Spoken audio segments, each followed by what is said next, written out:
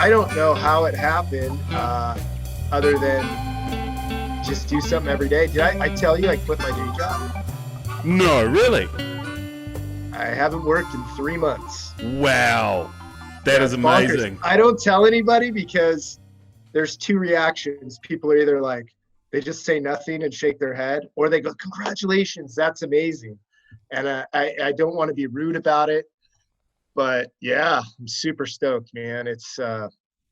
I'm not getting rid of my paramedic license. I'll never do that. I worked really hard to get it.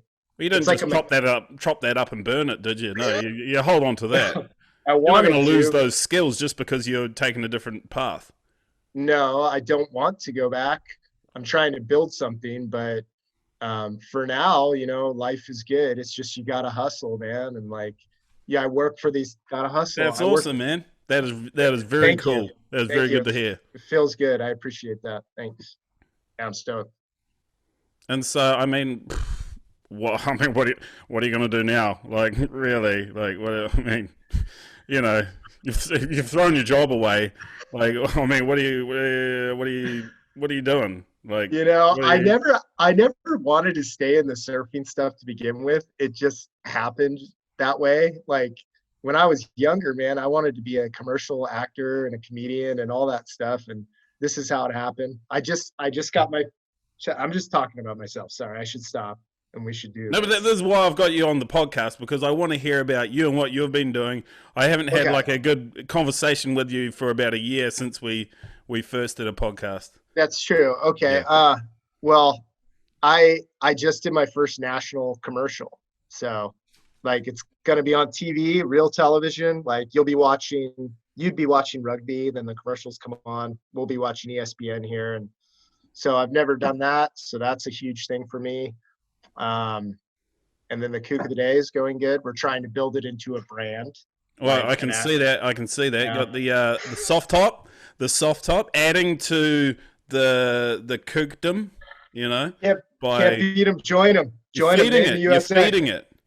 None of that overseas Chinese stuff. We keep our soft tops here in California, made Oceanside, California. Yes, They're made in California. they're made here. They're 100% USA made. Yeah. See, that's the thing with soft tops. I always just thought like you had to be like a 7-year-old Thai boy to make a soft top surfboard. I wasn't aware that you could actually be, a person from a Western world to create a soft top surfboard. So I mean, Well, this is all new to me. I don't know. Actually, I do know about the other brands. I'm not going to throw them all under the bus, but INT is made in the USA 100%. Most of the other ones are made overseas. Oh, okay. Yeah. So all locally sourced. Do you have is that like one of the Oh, okay. He's got a cheeky pint Hey, there. no, no, no, no, no, no, no, no, no. I didn't. I don't want you to feel any pressure. I just was I've a little got thirsty. I've got envy straight away. I saw that. I noticed that you're wearing the merch that Thank came you. all the way from Raglan. I wove that on my loom, handcrafted by myself. Definitely not by a small 7-year-old Asian child at all. Never. You never got the merch I sent you, I did never you? got it. I never got it because it was sent to a house, and then I no longer went to that house. And then I've tried to find it, and I've gone back to that house, and it's become awkward because I'm going there, and then I don't know the family that lives there, and then there's just this weird guy like rummaging around the backyard looking for a Jonathan Wayne Freeman T-shirt and hat. So That's the address you gave me, Luke. And so I sent it. I thought I you know, lived there. I know. You All right. Well, we'll have to figure out another arrangement. We got to get those things in your hands. But the one thing that I'm hoping for is that I'm just cruising down the street in the middle of fucking nowhere and I see, like a 72-year-old woman wearing your merch. Yes. You know what? I have a secret dream that you're getting ready to paddle out at Raglan and I sneak up behind you and I just kind of whisper in your ear, you turn around and we surf together. I'll take photos of you, bro, because you actually rip. I'll sit in the channel and I'll cheer for you. I'll scream. I'll throw up points for you. I'll score you. It's That's gonna all. I happen. mean, I've already got plenty of people that do that for me. But I mean, what's another one? What's another one? Yeah. I Well, mean, I've never been to the Shire, and I plan on visiting when they allow me. I want well, to come. I I want to see think it. I think we're getting closer. ever so slightly, but at the moment it still seems like a distant dream. But we've now got a bubble with Australia. With I think we've got all how many states of Australia are? I think there's 4 or 5. But yeah, we've got a bubble now with Australia, so we don't have to quarantine when we go over there, and vice versa. And also the Cook Islands, Rarotonga, a beautiful island. We've got a travel bubble with them as well. So we've got options now. We can travel internationally. I mean, not far at all, but at least we've got options. And I mean, you guys can go places though, right? Yeah, we can go all You went sorts to of places. Mexico, I did go to but that's Mexico, and basically just another state, really, isn't it? it is. But they do the COVID tests where it pokes your brain, and it was horrifying. Felt like torture. I was just, ugh, it was bad. Well, Yeah. what are the other tests that you've had? I've never had a COVID test, so I don't really know what to go off. But like, Well, good for you, Luke. yeah, Living in paradise, I'm living on the flexing. island. I'm You are flexing. flexing. Mm. You're one lucky Kiwi. No, we normally do just the nasal swab. It's real simple, but the like gnarly one, it's just. And I think there's some hate too. You're down in Mexico. You're an American. She puts it in your nose, and she's like, "Arr," and she jabs it. It's my nose hurt for a week. But I Just did trying get to. to meet Damien Hobgood on that trip. Good fella. I saw that. Yeah, how was that? What was that trip for? Was that just a little I lad's mean, getaway? he makes your surfing look like shit. I hate to. I Mm. mean that in the best way possible. There's levels to this surfing game, and a Hobgood is a Hobgood. Like it's better than even a lot of the pros. He's next level. I'm kidding. Your surfing's amazing, No, man. but those guys are like the upper They're echelon of upper surfing. tier. You had like Bruce and Andy Irons, and you have CJ and Damien Hobgood, and the guy like he was next level, salt of the earth, awesome guy. Never met him. I was starstruck for the first like 2 days. I was just kind of following him around until he was like, John, I'm a normal guy. Like we can Well, hold on. tow guy. That was Sorry, rad. I missed you there. A little bit of a cutout, and that's what we face with this technology. But yeah, so it took you a little while, couple of days, was it, to kind of just treat him like a regular Joe? I think that's why the WSL hasn't called me. I get very excited around professional surfers. I get emotional. I get passionate. It's from growing up a surf fan. I can't help myself. Yeah, Can't. I think for guys like us, we probably get pretty excited about some of the lesser known professional surfers, guys that were like killing it in the '90s. Like I see a guy from the '90s, and that I watch on all the Paul Specimen videos or the Lost movies, and I'm just like, they're up there. They've got their little shrine in my heart, and like I don't really froth out on many of these like these newer kids that are doing their thing. Like they're great surfers, but I don't know. There's something the nostalgia effect, I guess, kicks in when you're thinking about like all those the guys that were in those old movies and all that. 100%. And the guys like if I met Gabriel Medina, I actually don't want to meet him. Let's be honest. I have no intentions of ever meeting him. I'm not a big fan of his, even though his surfing's next level. It's incredible. I don't know anything about him other than he's big in Brazil, has a model girlfriend, and apparently is friends with the best soccer players in the world. That's Yeah, all I know. and that's all you need to know about him. That's all I want to know. And he has Mm. a crazy, crazy, crazy stepfather who's always on the beach yelling at him. Oh, Chucky Medines, yeah. Whoa, there's some. I don't, we won't get into that. That is an odd relationship, in my opinion, Gabby. If you're watching, I'm sorry. Just my opinion, just one man's opinion. Yeah, I don't know if he wants to really take it like advice about um, fathering Chucky Medina, but yeah, like I mean that's right. I don't really know fuck all about Charlie Medina. I don't know, or sorry, Gabriel Medina, um, and yeah, I don't really care. But I do no, like Italo though. I think it's a Italo. lot. I love him. He's I do he's too. he's fantastic. He And just his he shape. surfs. Yeah, Sorry, what was that? I was gonna say his shaper's real good. Good, nice guy too. Timmy Oh, Patterson. Timmy Patterson. Yeah. And he just looks like he's actually having a lot of fun.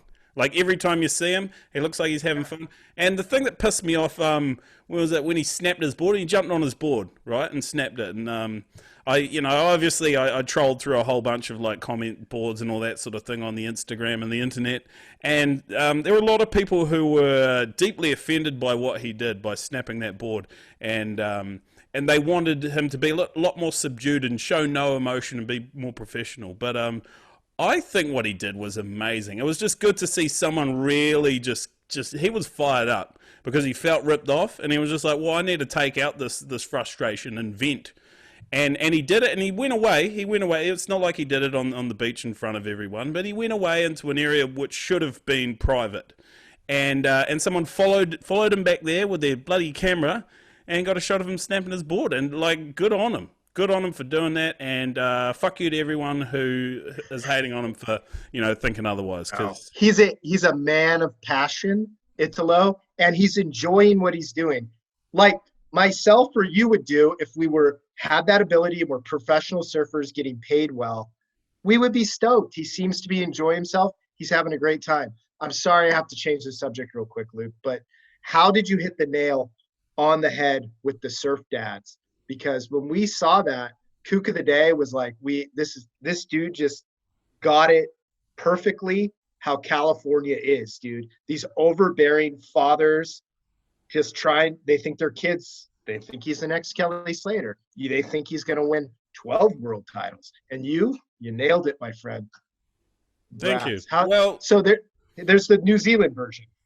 The New Zealand version is going to be the same. And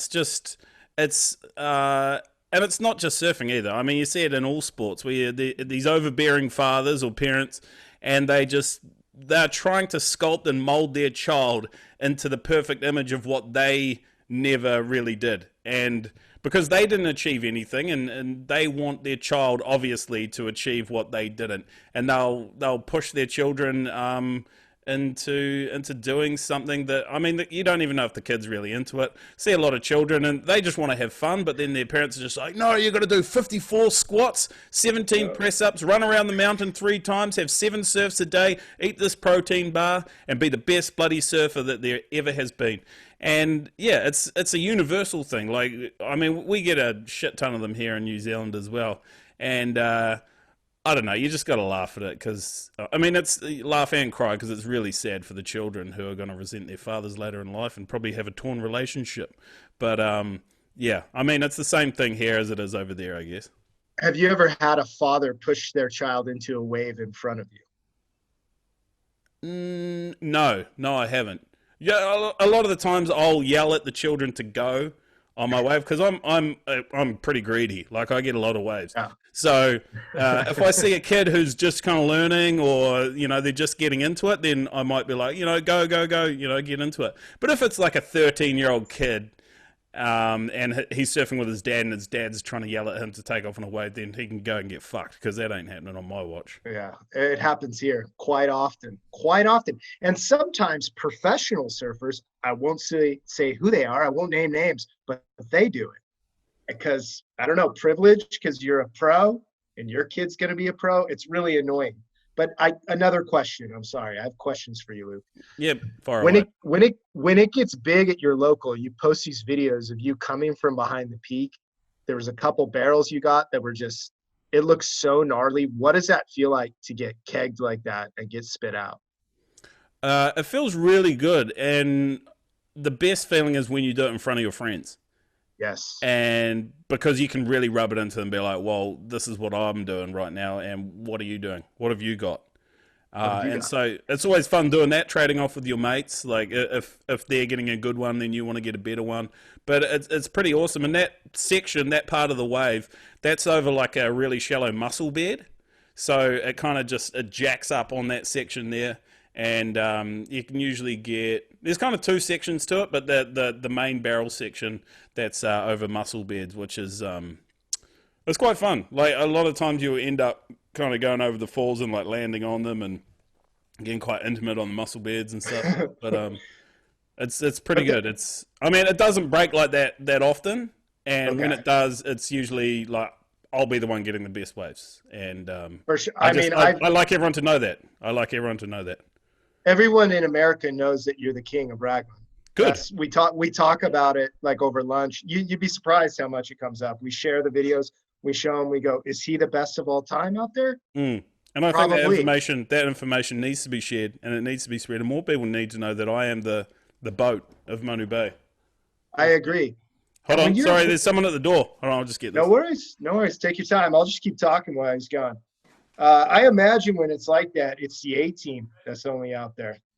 You know, it's Luke and maybe a couple of his friends, but he's the A+ surfer of the session, no doubt. Truth is, first time we ever did a podcast, I fanned out hard on him. This is going much better. We're actually having a conversation. And the first one, I just kind of stood there like this, like, oh, it's Luke from the Raglan Surf Report. And I kept saying apocalypse because I like the way he says apocalypse. But this is going much better until one of his mates just knocked on the door. But that's fine. Maybe, what if it's a guy that wants to fight him because he burned him out at Raglan? That's possible. Maybe there's about to be a fight. Was that a gunshot? Sorry about that. Okay, he's alive. He's back. He's back. Yeah, I'm back. So what happened there was there's a bunch of guys here with high-vis vests. So they were looking for some kind of noxious weed plant. And because they were in high-vis vests, I'm just letting them roam around the property. I didn't really hear what they were after or what they were doing, but they were in high-vis vests, so I guess they're legit. Sounds good. Sounds good. Hey, how's that Jack Links treating you? You been enjoying the protein you get from those? Yeah, I've been getting a lot of protein. I'll probably eat too much of it, to tell you the truth. They sent me a massive box of it, like a huge box of it, and I was supposed to be sharing it with people, like giving out samples and saying, try the product, it's really good and it's delicious. And the problem is, I don't share it with anyone else. So, I've probably had too much protein, and you know what happens when you have too much protein? I don't. You get fucking jacked. Look at that shit. Dude, I was just going to say that, hey, if we're sharing, this is non-alcoholic beer. I woke up at 6 a.m. and got I'm back. I'm going to get shredded. You're quite jacked. Yeah, I'm getting jacked. I'm going to Hawaii next month, and I need to be jacked in case someone tries to stab me, because I'm always like, hey, Michael Ho, Derek Ho, Mason Ho. I say stuff like that, and in Hawaii, you'll get cracked. Get rolled. I got to get ready, man. That's what I worry sometimes about, like, some of the stuff that I talk about, in terms of like surf culture, and I just wonder how some people take it, because there's a lot of people out there that, some of the stuff that you and I say or do, are kind of like straight over the head, and I think a lot of people would take it literal.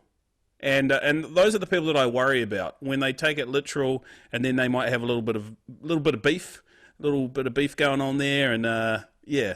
But I'm fortunate I haven't encountered that too much yet. I have. You have. I'm sure you have.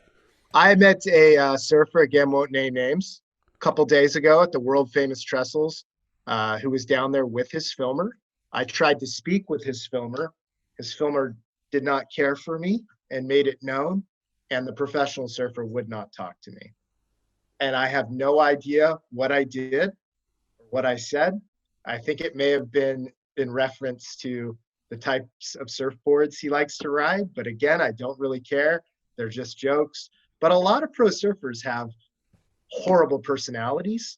They've never really developed, So I feel like maybe I could be the guy that helps them work on it. And we could work on that, but they don't want to engage sometimes. But then a lot of them are very, very nice. But some of them, not so nice.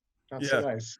Yeah. No, I've noticed that too. Like a little, like kind of the personality of a plank of wood, not much there. But again, what a bottom turn, top turn combination. Oh, and that's fun to watch. Yeah, that's the thing. I mean, like where you lack in some areas, you make up for in just a beautiful arcing off the top. And that's what really, I think that's what really matters. It's less about like your social skills and who you are as a person and the way you treat others. And it's more about how deep in the tube you can get. But let's just say this. I imagine race car drivers are probably the same way. Not a lot of great personalities when you've been in a cart since you were 4 years old and your dad's like, you're a pro race car driver. You just you never learn to read, you never learn to write, but man, you can drive that thing 200 miles per hour into the corners, and it's the same in probably anything. Every sport. I have no skills, so I tried to work on my personality, and that's now I get to talk to you because of it. I'm terrible at everything, but I like people, and so I worked on this. And that's what you got to do sometimes. I mean, that's what I've been working on for quite a while, because I had a point in my life where I was attempting to become a professional surfer, but I lacked, a couple of the main things, which was skill and passion. Because I didn't really want to do it. I just thought, hey, there's something that I might be able to do because I'm all right at it. But turns out I wasn't that good. But, I was kind of borderline, sort of almost, but then also didn't have the passion for it. And then so I was doing that for a while, trying to work on that. So I didn't have a lot of personality. And then it wasn't until after that I thought, hey, what the fuck am I doing trying to do this? It was just like, I can probably become a normal person now and not put myself in, or think of myself as a better person than a lot of other people, because I'm kind of can do a cool turn or an aerial 360 or whatever it is. So you're a success story. Yeah. I'm a success that you can work on your personality after sport, after attempting. Unreal. Okay, you know what I think, to be honest? I'm being serious. People have surf coaches. You could be a surf personality life coach where people pay you money, like a team, like Rip Curl could bring you in and you hang out with the guys and you're like, this is what's funny. This is what's not. It's okay. Have a sense of humor about yourself. You could create a whole thing. It's dead serious. Sell it. Make that Skrilla. That is a great idea, because they do a lot of these teams. They have like these phenomenal athletes, and they're always looking for these other angles. They're always looking for the next who are like Dion Aegis, and all the people that have like other things, other angles to their surfing. They're not just talented surfers. They can also like play guitar or draw a picture of a horse or something like that, And I think they need, like, some of these brands need people to come in and just kind of like you were saying, like coach their athletes into becoming more well-rounded as a person and not just an athlete. It's true. Drawing a picture of a horse. Over the years, I always loved when you get the new ad in a surf magazine and they decided to let the surfer do his art. That was fun. Because you imagine that meeting. They're talking to him and he's like, I know you guys are already paying me $300,000 a year, but I'd like you to show the world my art. And it always looks like a 4-year-old did it. It's just a sack of shit that they put on a piece of paper. Yeah, but that's what art is, all right? Yeah, he's brilliant. He's a brilliant artist as well as an amazing surfer. He really is quite incredible. No, but you see the value in that as a brand. Like, you've got dual marketing, like, angles to go with there, rather than just like, look at this sick top turn. It's like, look at this sick top turn, and here's a bunch of buttons stuck to a yellow piece of paper. Oh my! I've got to doing all this stuff, starting on Instagram, and then getting to peek behind the curtain at the surf industry. Gotta say, not that impressed. To be honest with you, I'm not that impressed. I think I could start my own brand, Luke.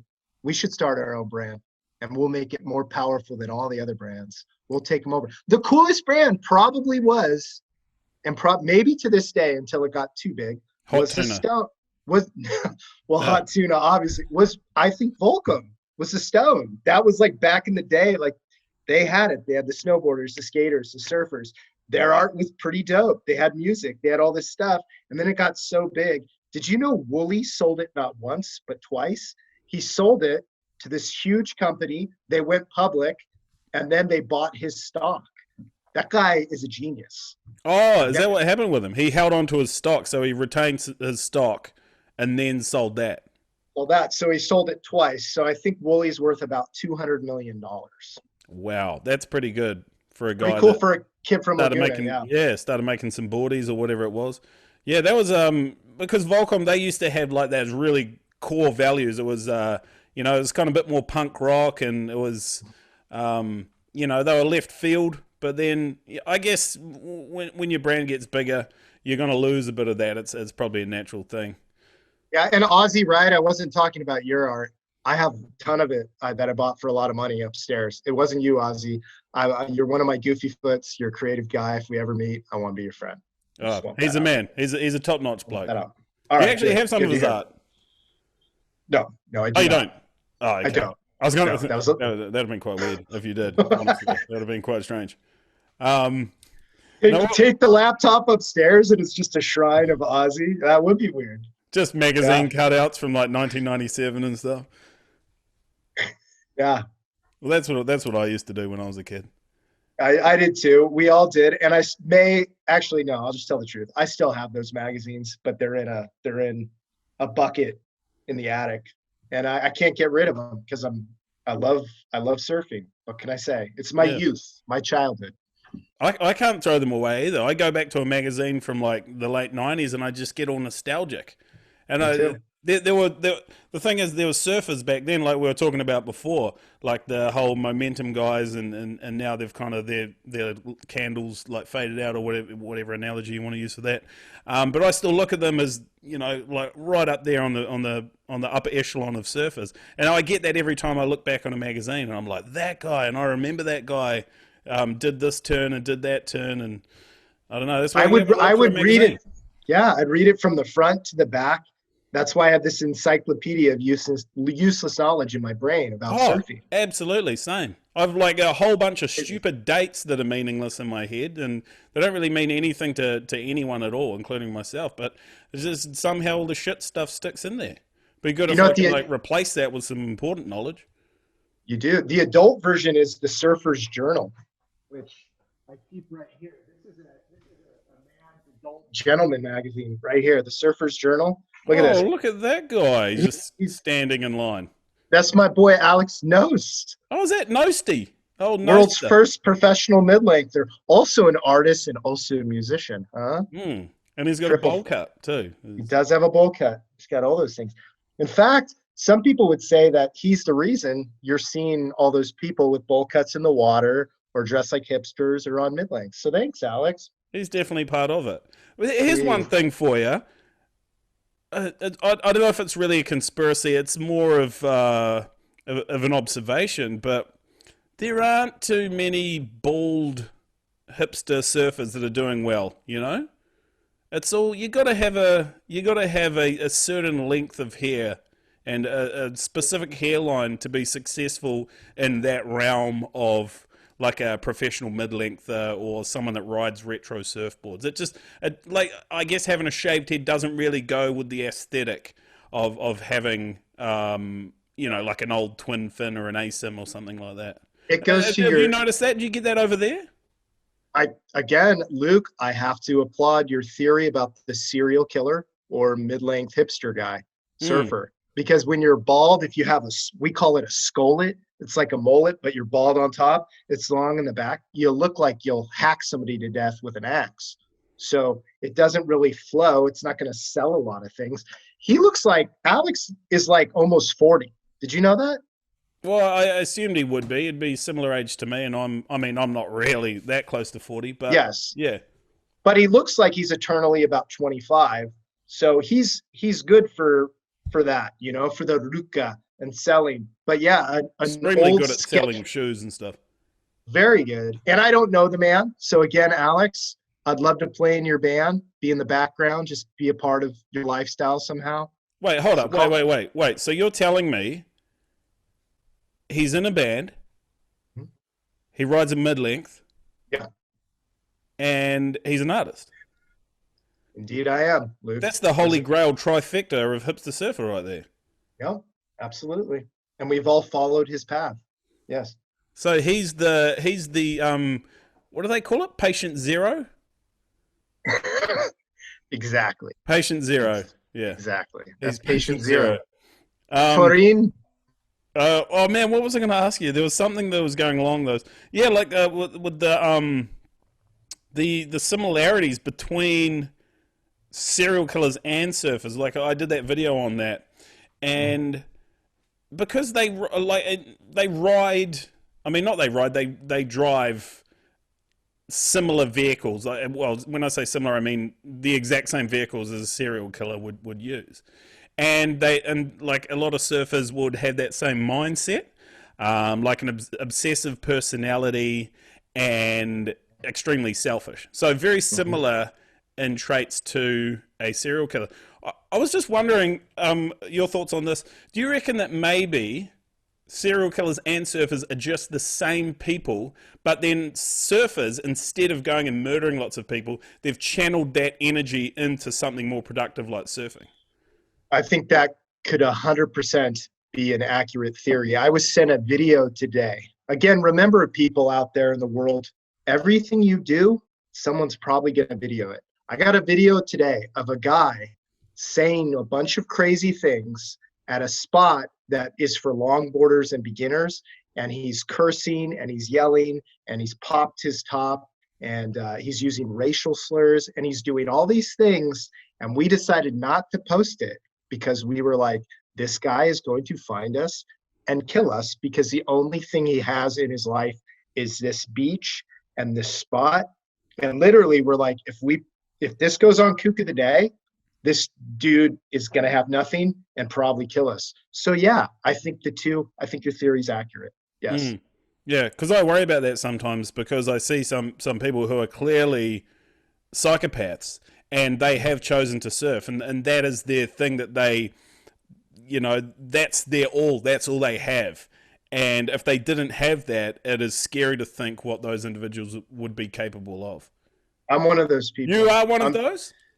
I've been called a psycho and a Yeah. psychopath, especially when I was small and my parents sent me to that special school. But when I found surfing, I channeled all that rage into the waves, you see. And now I'm Mm. a happy, well-adjusted guy. I'm doing good. I'm doing real Completely. good. Completely. Yeah. Completely. And I mean, myself, I also feel like I have a little bit of that. I noticed that if I haven't been surfing for a while, I don't have that outlet. I don't have anywhere to vent, all this pent up anger and frustration that is buried deep down inside me that I've, tried to keep down inside my entire life. And if I don't go surfing for a week or 2 weeks, then that starts to bubble up to the top. And I think Yeah. and that's why it's so important that we do surf. And I don't realize that until I'm out of the water for a while and I'm like, oh, that's right. I'm a little bit of a fucking psychopath. I need to go in the ocean. It shows in your surfing too. And I mean this again, it's a compliment. Your turns are super angry. Like you look mad when you turn and you Mm. can see the frustration coming out and the aggression. And I mean, again, that may be a throwback to some of the surfers like Martin Potter in the 90s. He's also a psychopath. Mm. Just kidding, Martin. I want to work with you someday on the WSL. You guys give me a call. But there's something I need to tell you. I hear these stories, all these stories that no one ever puts in print about pro surfers, and they all sound like psychopaths to me. The stuff that never gets printed, the things and to me, it's the best stories. I wish you could share these things with everyone, but we like to protect the Mm. surfers. We don't like to tell the dirty secrets, you see. Coddle them. Coddle them. Just keep their secrets secrets. Got to protect the brand, bro. I actually heard a good story the other day from an ex WCT surfer was telling me after the whole Italo thing about how he snapped his board, and it was broadcast everywhere. Everyone saw it, and everyone was chiming in with a little bit to say about that, and how Italo was an awful piece of shit, and he was throwing his toys and all that. An ex CT surfer was telling me that Kelly Slater did the exact same thing, and it was caught on film a few years ago at a contest in Portugal, I think it was. But what Kelly did was he jumped on the board and somehow slipped over and fell on his ass and didn't manage to snap the board. And that footage apparently has been locked away or deleted. And so this ex CT surfer was asking me, like we was saying, mentioning we needed to find a way to uncover that lost footage of Kelly Slater falling on his ass after trying to Luke, snap his board. I'm trying to protect you right now. I know you're building something. You need to cut that out. Okay. We don't talk about the golden goose and the I've said too mistakes. much. I've said too much, You've haven't I? said you've said way too much. And it really says it makes sense to me now that you don't leave the island, that you stay in that one little spot because you can't say stuff like that. No. He's our king, he's our guy, and he's not quite a man, not quite a god. That's what we say here in Yeah. the States. But He's you can somewhere in continue. between. If you want to trash him, that's your thing. I don't full disclaimer, I don't share Luke's views on a lot of things, okay? Look, Because I'm I'm an not trashing American. him. I'm not even trashing him. I'm just saying this is what I was told. And He has I'm perfect balance. He has perfect balance. so you trying to say that a god, half god, half man, could not slip up, could No, not do something out of step? he doesn't. He's perfect. He's beautiful. Have you ever seen him? Did I tell you about the time I actually saw him in I've seen person? him. And I've they seen him before, and I love the way that the sun just glistened off his forehead. But that's okay, beside the point. Like he's a good looking man, and yeah. he is he is our god. He is basically our god as surfers. But like I'm just Just saying keep that keep that part you just said. That's what you keep in the part where you say he is our God. You keep that part. I'm trying to help you, bro. Okay. I know Kelly Slater. We talk about wine on Instagram. yeah, you told me that you've been talking to Kelly Slater about wine on Instagram. But do you drink wine at all? Only if it's with Kelly. So Kelly drinks wine as well. I thought he was didn't drink. Oh no, there's a difference. Sorry, there's You a know, difference. No, there's a maybe difference I've said between. too much as well. I'm just gonna No, stop now. I'm just saying like there's a difference between being a peasant drinker that drinks beer and drinking wine, which is Jesus's juice. Okay, full disclosure, we don't actually talk about wine. He sent me one DM, just one, and it said, "That's a good wine. My friend owns the vineyard." And he was very nice, and that was it. I don't know. I've never seen him drink wine. I don't know if he actually drinks wine, but I was just excited and wanted to sound cool when I was on your podcast. Okay. So that's why I said it. I don't know the man, but I got one That's cool. DM I don't from him. know him. I don't know him either, but I'd like to know him. I'd like to know him a little bit more, and I consider me and him friends because Yeah. well, I follow him on Instagram, and he also follows me on Instagram, and I send him direct messages, and then he leaves them on scene. But that's what any good friendship is like.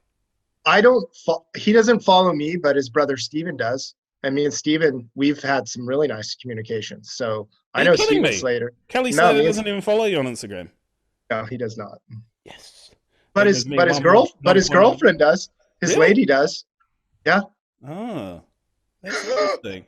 I don't know. Maybe some of your views are a little bit, I don't know, a little bit too risque for King Kelly. No, you know what? I think that he's I don't know. I've said just Kelly, call me if you ever hear this. Call me, DM me. Let's talk. Let's be friends. Don't unfollow Luke and follow me, and just forget That's about not. this It doesn't guy have to work that and way. comes it. Well, it does. It Mm-mm. does have to work. That there can only be one. That's why I really came on your show, Luke. Why? There's not room enough for both of us. Well, I think there is. I'd argue that. You know how to edit, and I don't. Yeah, I know how to edit, and I can use a camera, I but can't that's compete it. with that. I don't have your skills for being able to like talk. Like I can't talk like you can talk. Like you are a really good talker. Like you could talk the ears off a brass monkey. I can't do that. But what I can do is I can edit. You know, I've got a computer with Adobe Premiere Pro. I can do a little bit of color grading. I've got the technology behind me, and I mean that's about it. Some people say, "Oh, look, you're so funny. You're such a good-looking guy." Blah blah blah. All this, and they're right. But like, I would be not as good if I didn't know how to edit and color grade and do all that sort of stuff. It is sad that I'm an adult man and I'm jealous that he follows you, but that's neither here nor there. These are my issues, and I'm working through them. It's not a big deal to me, But Kelly. this is the modern day currency now. It's who likes you, who follows you on Instagram, how many likes you get on a photo or a video, and we can't pretend that that's not the case because it is. Every time I put up a video, I'm like, who liked it? How many likes did I get? What's my comment count? What's going on here? You know, like I look at that shit, and if it does well, I'm proud of that. I call that success, a little bit of a victory, and I know So do you do I. the So same. do I have it down. I know exactly the percentage of views to likes. I'm sad to say that I know that, but I do. You are correct. All right. it's just how it goes now. It's unfortunate. It is But how unfortunate. how has your foray into TikTok been? Because that's a terrible app, only viewed by children. And what were you doing on there? Well, first off, God bless you because you helped me see the light. It is an awful app, and it's not real. Like you get these giant numbers on one video, and then the next video is funnier, but you don't get anywhere near. I think they just pick and choose the videos they want to put up. And you're right, I'm better than that. You said, John, you're better than TikTok. I've taken your advice, and I'm through with it. Good. Because I'm pretty sure the algorithm works like when you first jump on there, they'll push your video to give you that euphorismic feeling of success, even though your video might be a piece of shit. But they'll do that like your first or second video. They'll push it, and then after that, it'll just tail right off, and then they'll start pushing 13 to 14-year-old girls doing belly dancing. And that's how TikTok works. And I stay the fuck away from it, mainly because I'm like a balding near 40-year-old dude with a beard. And those are the sorts of people that should not be on there, because I start to feel like I'm somewhat predatory, even though I'm not. I'm just trying to get some entertaining content out there to people, and I figure that TikTok's a great way of doing it, but it's not. It's most definitely not. It's for children. It's for children. And I personally feel, honestly, this whole conversation about likes and about TikTok, some days I feel like I'm in junior high, and that I'm a junior high girl, and that I may have a worse Instagram problem than a junior high girl. But then I realize I'm a man, and I better start acting like one. I'm an adult man, fully grown, with facial hair and children. And I don't know why I ever started doing this in the first place, other than I just wanted to see what would happen. That's it. And now you're unemployed because of it. That's true. I am. I'm out of work because of it. That's how bad my addiction has become. My job was like, we don't want you here anymore. There's the door. And I said, oh, you're right. You're right. If you're on your phone for 120 hours a week, you probably aren't going to be a good employee. Guilty as charged. Okay? Guilty as charged. So was that more, so it was you stepping away, or it was your employer saying, hey, look, John, you're spending too much time on your phone at work? It was a little bit. It's not called being laid off. It's called, hey, we appreciate that you show up here, but you're really not contributing at all to the organization. So if you would like to leave, we'd be okay with that. More of a suggestion. Maybe it's time for you to go now. Like they might have had, I don't know. I don't know. Sounds like more like guidance counseling, really. Correct. They were very gentle, and I did get a nice severance of. Sorry, you froze up there. You froze up there. Can you hear me, John? Where have you gone?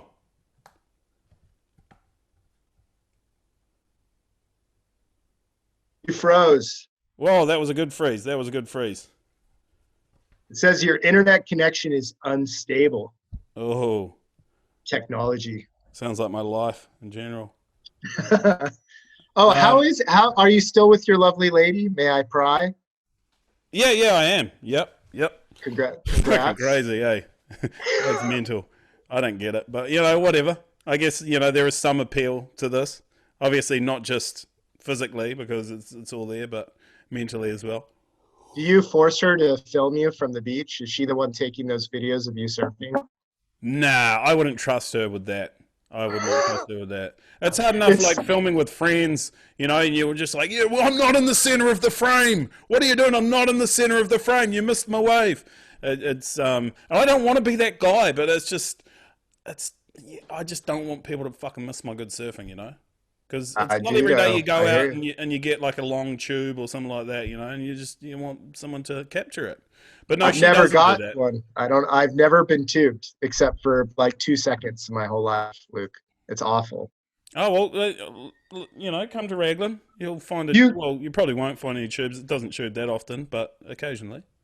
You just take the front hand, you're on a left, and you just put that hand in the center part of the tube, right? Like, that's what you do? Well, there's a couple of different ways of going about it. There's the arm bar, the arm bar approach. So the arm bar is when you're trying to stall, like, to be honest, I only know about frontside tube riding. I can't backside tube ride for shit because I never go right.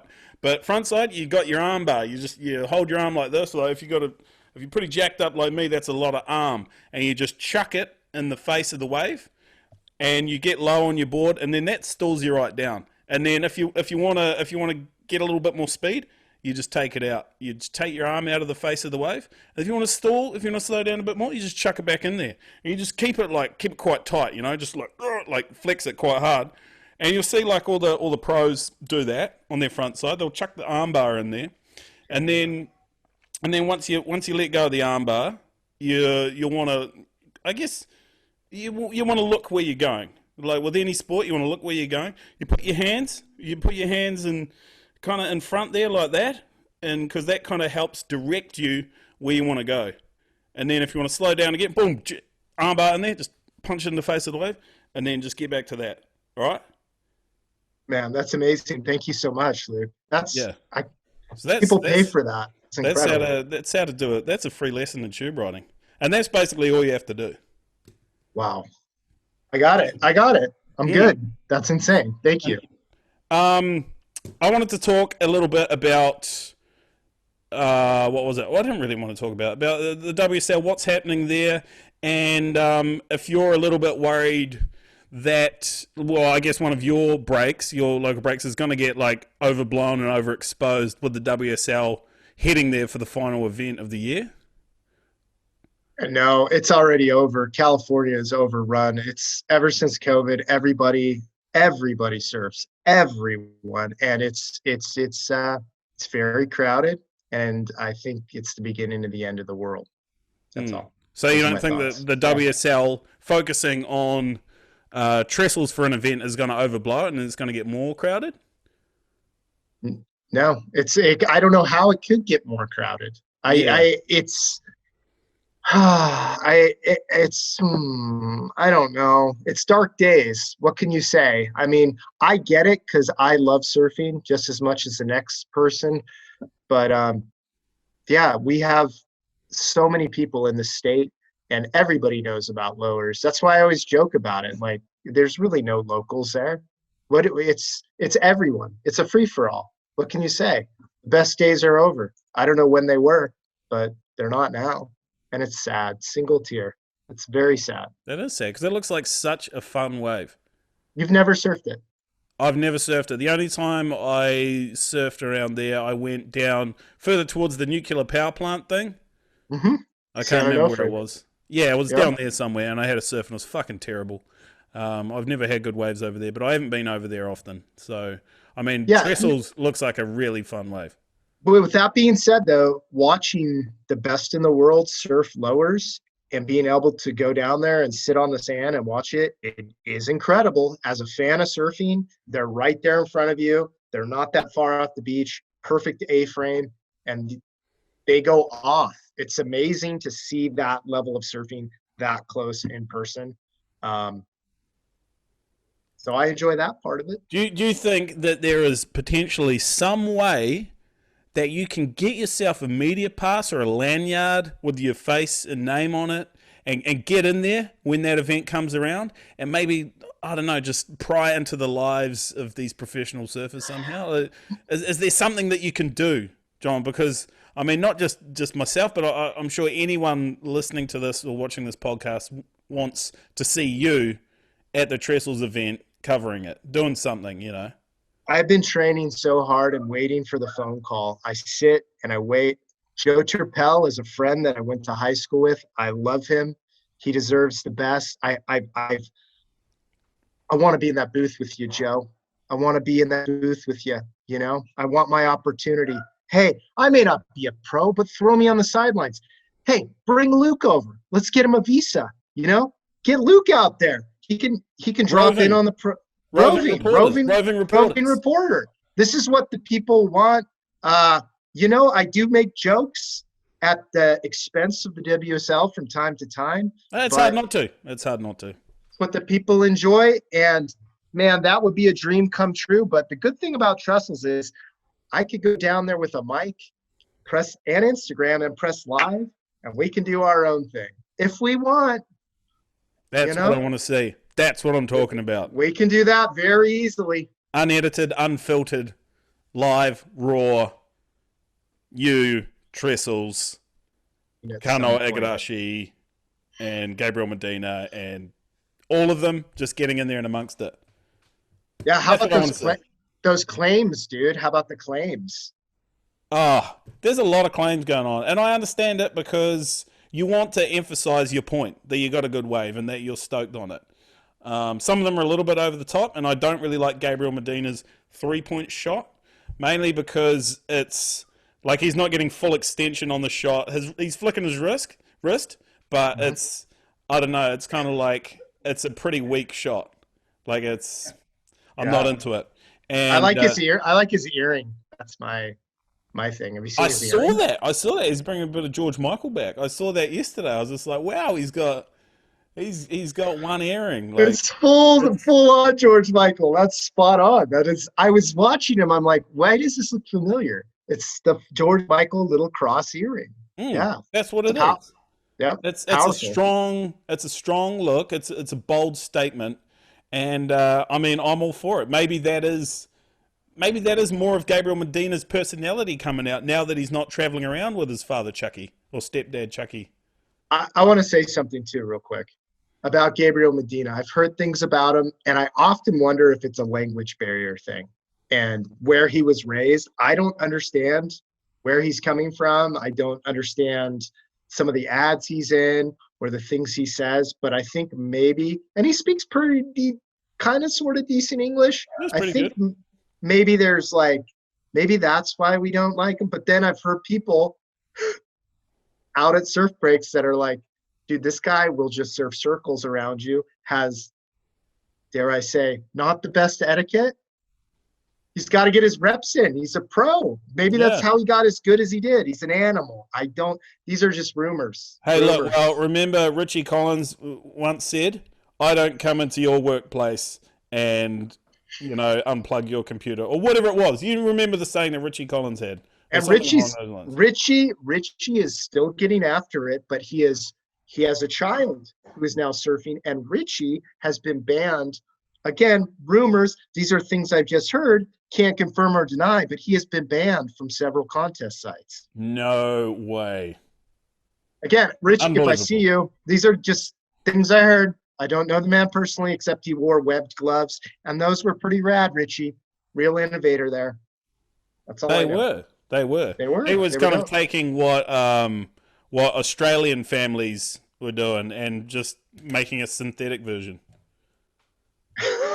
Oh, there's actual webbed fingered children in In Australia, Australia. yeah, Like yeah. Most they of them. bred them that way for surfing. Yeah. They I never bred them knew that that. way. Haven't you heard of that? Yes, It's a I big had. thing on the Gold Coast. Like in some of the towns, like back in the Tweed Shire, they were breeding surfers. So they'd get like two kids who were, let's just say, brother and sister, and then they would grow up and become how it happens, and then webbed hands and fingers, just so that they could paddle a lot faster than everyone. And that's why Australians are a lot better at surfing, because in New Zealand we don't have it. We don't have, like, look at that. That's a perfectly spaced fingers right there. Yeah. But if I was, from Tweed Heads or somewhere like that, like you might see a little bit more, I Mhm. guess, webbing there, because that's how they do it. That's like when Yao Ming was in the NBA. He was actually bred to be a 7'5" basketball player because his parents were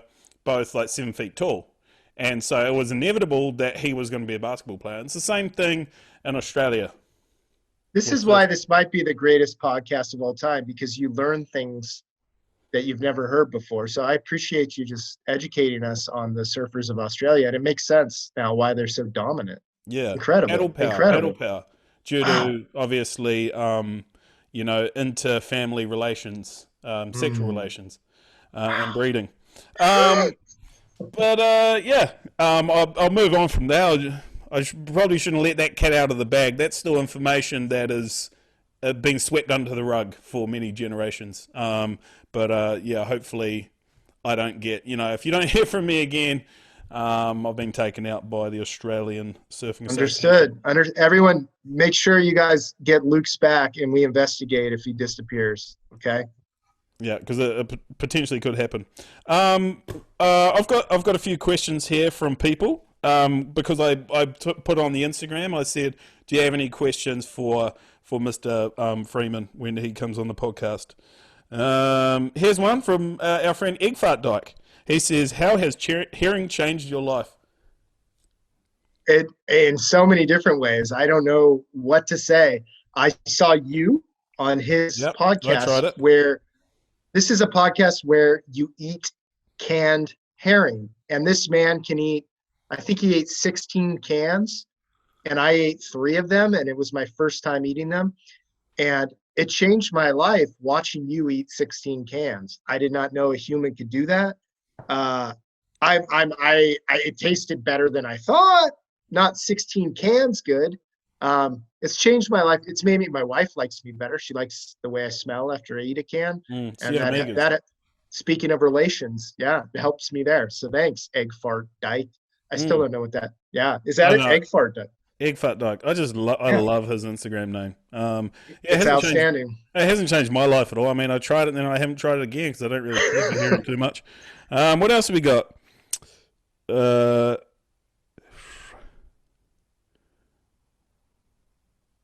We someone got said some dead air. That's what we got, no. Luke. Well, Some no. dead. I'm just reading. Like I'm slow. Okay. Like I may not have webbed hands, but I can't read that fast. Copy that. Someone said ask him about that guy in Raglan that used to jerk off his bulldog. I'm not sure if I was asking you or you were to ask me or who was asking who about a guy from Raglan who used to jerk off his bulldog. But I know I mean, exactly who he's talking about. He's an old local legend and he used to masturbate his little white bulldog. And I think he did this because he felt bad for his dog because his dog didn't have a partner, it didn't have a mate. And so he would sexually, you know, alleviate this dog's frustrations, sexual frustrations, manually with his hand.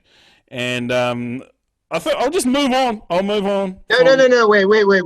You threw you revealed some information about Australians, which I can't check if that's real or not real. But the rumors about Kiwis, which we talked about on the first podcast, was the sheep lovers, and you Yeah. just admitted that this local dude is jerking off his dog. So you What? kind of confirmed what we think over here about New Zealanders, that they mess around with animals sexually. No, So no one's ever thought of like New Zealanders jacking off bulldogs. That's not something that when you say, "Oh, have you ever been to New Zealand?" Someone's like, "Oh yeah, that's the country where everyone whacks off bulldogs." That's true. like this is one case of some guy who used to jack off his bulldog, and it was very understandable reason for doing that because his dog was sexually frustrated because he didn't have any other, other bulldogs or any other dogs around, so he had to release that sexual frustration for his dog, which is just the nice kind thing to do. It's I just don't know why there'd be an issue with that. it's suspicious and it's odd you mentioned it, and I just think it's suspicious. That's all. We'll I leave it didn't. at that. I didn't even mention it. Someone called Johnny off Instagram. He asked the question, so I'm Okay. All just right. Okay. Okay. All simply right. kind of answering it a little bit. Well, you knew every detail of the history of the guy that was jerking off the bulldog. Maybe you were there doing something to the bulldog too. I'm not. I mean, Well, no, I why wasn't. did you? I'm just trying to explain that it was a thing that Okay, I didn't. a I local guy understand. did. Yeah, Understood. I mean, Still, you're probably the same thing. You've got a dash hound, right? I do. Yes. Yeah. It's a lady. It's a lady though. I have Oh, a okay. lady dachshund, which changes. I don't know what you're getting at, man, but I don't like it. All right. Right, we'll move on from that. Um, how many hours a day do you use your cordless phone posting and whatnot? Too many hours a day. Too much. Too Too many. much. I need to schedule it. I'm not good at scheduling. I really am not. In fact, we talked about this, Luke. I don't even have a scheduling book to organize things. So I need to get one of those. It's about time. People give them to me for birthdays, and I usually just set them aside. But I want to be organized. I want to be on my game. That's why this was non-alcoholic, and I worked out this morning. So, yes, I should probably only do the Instagram from 8 a.m. to maybe 10 a.m. But currently, I sort of just kind of have it all day with me. Mm. And do you just get an idea and then you're like, shit, I got to get this out now, and then you pick up your telephone and then you just like rip into it? 100%, Yeah. absolutely. And then the number one thing people have told me is maybe you should be a little bit more careful about what you choose to post and maybe think about it, which is why when I see your things, I see there's some thought and some planning and some editing. And I appreciate that because it comes out so much cleaner. But I've been able to meet a bunch of people now that know how to edit and do all this stuff. So hopefully there's more of that and less of just, that's how I'm going to get in trouble, by just saying something. By doing stuff, And not thinking about it, and just correct. But I Yeah. think people appreciate that too, though. Like I find, like if I just do something where I've got my phone and I have an idea or whatever it is, the subject that I'm talking about, and I just talk a whole bunch of shit, and people appreciate that. They appreciate the kind of the raw, rough, uncut style of someone just talking a bunch of shit into their telephone. I enjoy it. That's probably why that's kind of what I do. I think it's funny, and I always just want people to be real. Everything's so manufactured and so set up and so like overthought. Do I look good? And did I get the right angle? And I'm like, just cut the crap and give us the goods, baby. Give us the goods. Just rip into it. Get your point out. Rip it. Yeah. And that was all the questions I had from viewers. I clearly don't have many people that watch my Instagram thing. Oh no! Oh, hold on, I got some more actually. Someone said, "Please have him say apocalypse in your accent." The apocalypse. Once again, does not sound like me at all. Hold on, let me try again.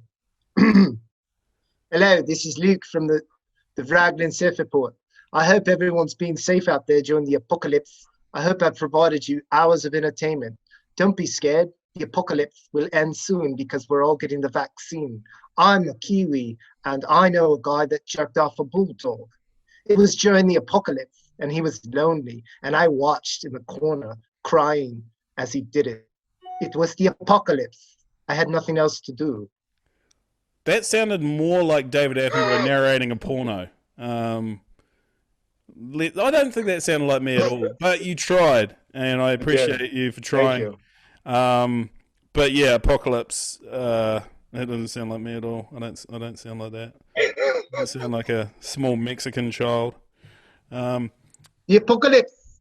And yeah, hold on. No, that was it. Thank you. Yeah, I'm just looking through the questions again, and it just always comes back to the bulldog being jerked off. That's actually been asked a couple of times by a few different people, which is interesting.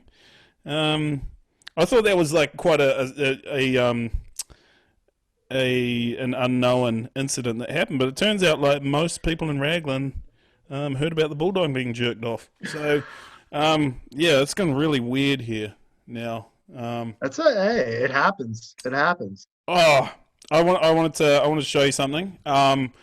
As someone who is nearing 40, well, still a long way off, but I'm kind of creeping up, and I, how you just feel all those niggles and stuff like that when you get a little bit older, and you're like, oh shit, when's this going to go away? And then you realize that, oh, hold on, no, that pain is going to be there for the rest of my life now. Like I'm not getting rid of this. And I kind of thought, well, I need to like look after myself, and I need to eat better.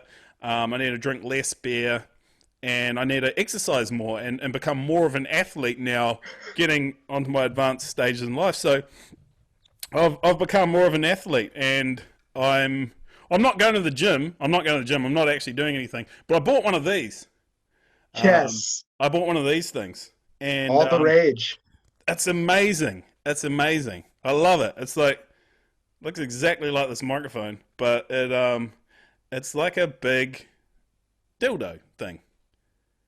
Have you got one of these? Except I don't, but I've seen them in the stores, and they're excellent for your back or anything really that you want to make feel better. Oh, it's phenomenal. So now, like, I look like if I just have this thing out, people just instantly see me as an athlete now, and I don't have to go to the gym or actually do anything as long as I have this thing. So That's I'm true. going to use this. I'm going to be posting a lot of stuff with my new vibrator gun, and just so that I can be, I guess, healthier. You hear that? Oh wow, that's powerful. That's the extra powerful model. It's got 5 speeds. Those aren't cheap, Luke. You're balling, buddy. There we go. Yeah. Oh yeah. It's the power packs right there. That's what keeps you. That's what gets you into those tubes right there. It's so good if you get it right in like the lower scapulus muscle. If you get it in the upper scapulus muscle, then it almost feels like you're gonna pass out from pure ecstasy. Oh. Wow. Yeah, so Yeah, I've just been showing everyone this thing now. I don't know why I brought this out, but I've just kind of just been like flexing on this thing now. I just have it with me at all times everywhere I go. You're for sure the bulldog guy. Like you are the guy in the story. No. It's just I know the guy. I know the story. It's 100% clear, and anyone that watches CSI or any sort of detective shows, the way you handled that and the way your eyes went when you were doing, like, it's obvious. But I don't judge. I don't care. I think what you're trying to go off is like first to smell it, drop the pellet when someone farts. That's what you're trying to angle at here. We don't say that in the States. We say, he who smelt it, dealt it. Okay. Yeah. Well, it's the exact same thing. But yeah, Same I can concept. understand why you'd think that I'd jack off a bulldog. But I didn't. It was another guy. But I might. I'm getting real sweaty and gross. So I might end it here. But is there any parting words you'd like to say? I would just like to say I'm a huge fan of what you do. I think you're hilarious, and I'm so glad you asked me to be on the show. I was very nervous the first time I was on your podcast, and you were very nice, and it was one of the highlights of my COVID time during the lockdown, during the apocalypse. It was a true honor to be on the podcast, and I'm so stoked I got to do it again. And I hope we can continue this relationship. I'm so glad, and I tell everyone this, that you do not live in the United States of America, because there would be no me. It would just be you. You're a very funny man. Keep doing what you're doing. We love you in the States, and we want more content. We just want more content, and you're killing it, buddy. Keep it up. You would have 1.2 million followers if you lived in the United States. Yeah, well, I could just buy one of those bots. I might do that, just buy a bot. That's wait. Very true. A lot of these things, they are bots. What Luke has is 30-something thousand authentic, hardcore, real followers, and you can't beat that crap. No matter if you have to. You can't beat it. Yeah. It's the best. Yep. I have thousands of small Malaysian girls, but I'll take my 30K of like original hardcore fanatics. Well, not fanatics, but people who are like the shit that I do. Thank you for those kind words. And I got to say the same to you. I mean, you inspire me to keep doing what I do, because I look at you and I'm like, there's a dude who's like similar to me, obviously much older, not as attractive, but doing a similar thing to me, and it shows that there is a space out there for people who just want to talk shit and have a bit of fun in the surfing realm, and that there's room for people like us, and not just those professional surfers that have the charisma of a car door or a plank of wood or a piece of white bread, So except for my good friend Damien Hobgood. Damien Hobgood, obvious Damien's exception. The man. And like we were saying before, a lot of fantastic pro surfers, but also what I'm saying is there's room. There's room for all of us. Hey, you should get some of those pros on your podcast and see how interesting they are. I've been thinking about it. I don't really know what to talk about. I guess that's probably the exciting thing is just figuring out where it goes. But that's true. I don't know. This whole podcast thing is a fucking roll of the dice anyway, and I'm not even. I'm just dabbling in it. But I guess I can try and get some professional surfers on and try and just delve into their minds and what makes them tick. Yes, you should, and or just find the guy that jerked off the bulldog. Or him. Or him. I'd like to see that. It would be good to see what really makes him tick as well. Why would you would jack off a bulldog? But, yeah, it's good content, solid content. I'll aim for pro surfers. Backup is definitely the dude who jerked off his dog. Okay, right, and I think we'll leave it at that. Hold on. Thank you, John.